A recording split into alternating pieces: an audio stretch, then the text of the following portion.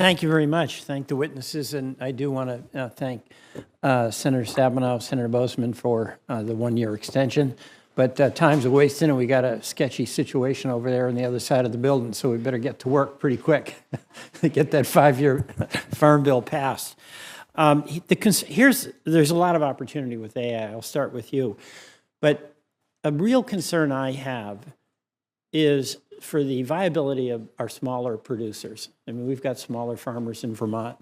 And a lot of times something will come up that has it's an opportunity for bigger ag where you can spread the cost over time. But for a lot of smaller producers, there's a lot of skepticism about whether they can get a return on investment. And I saw that there was a McKinsey study talking about North American farmers. 52% say the high cost and 40% cite the returns as the biggest challenges to adopting any farm system management opportunities. And a lot of our farmers have a lot more confidence in a fellow farmer or some of the folks from Extension, people that they've worked with over the years, and they have confidence, understand the dynamics. And this is going to get to a point you're making about the profitability over yield. But the big question I have about AI is with the entry cost, how can we do things that are going to help the smaller farmers get the benefit of it when they're just not going to be able to take that risk about the high upfront cost? Can you address that, Dr. Earls?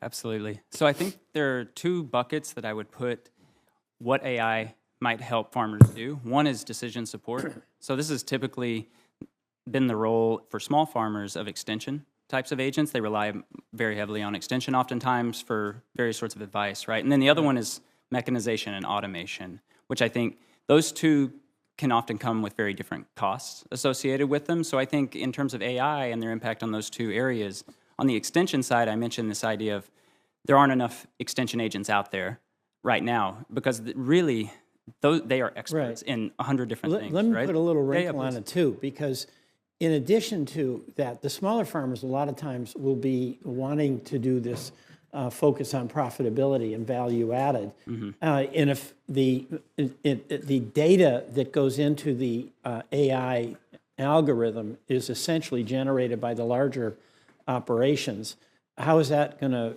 make it more difficult for the smaller farms that have a different business model in effect to be able to take benefit of AI? How do we integrate that data into the systems? Yep. I think there's an opportunity for using things people already have, like their phones. And people are taking advantage of this because our phones are loaded with many different types of sensors. You know, we may not realize it, but there's probably 15 different types of sensors on there, from cameras through accelerometers, et cetera. So I think there is an opportunity for smaller farmers, and people are leveraging this opportunity to develop products around phones and things that Let me talk. Thank you. Yeah, this is helpful. I'll ask you, Mr. Cushman. I know your work, you focus on profitability per acre to better incentivize climate-friendly practices. That's a big deal for our farmers. They're trying to do things that regenerate the soil. They are trying to do things that reduce the cost of a lot of these inputs so that their yield, so their profitability is, at the end of the day, obviously what's important. So talk to me about AI and how our farmers can focus on profitability as opposed to anything else, really. Yeah, I think what AI and better sensing allows you to do is focus on precision agriculture, so improve the resource efficiency of water, pesticide, fertilizer management, and labor productivity. This should increase resource efficiency and profit per acre. I think the second thing that AI will allow us to do is sort of understand agriculture and the farm as a soil health asset class and effectively really mine what's already naturally occurring in the topsoil. So talk to me about that soil health, because that is a real concern for our farmers. I mean, everybody, but the more of these inputs we have to put in, that herbicides, pesticides, and so on, the more it challenges the soil health, is what I understand.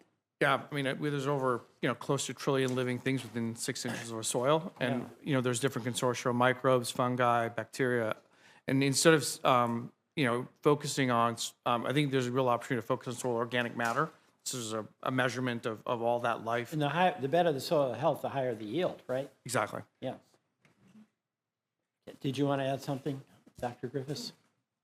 Yeah, if I may, we just got the Extension Service at South Dakota State University just received a significant grant for soil conservancy in the state to look at areas of soil that in fields that are not very productive right now and replanting natural grasses that go down sometimes 20 feet down and with roots down 20 feet to rejuvenate and renutrient the soil so that it will be available for future use. So the idea of farming on the one hand and conservancy on the other, it's a balancing act.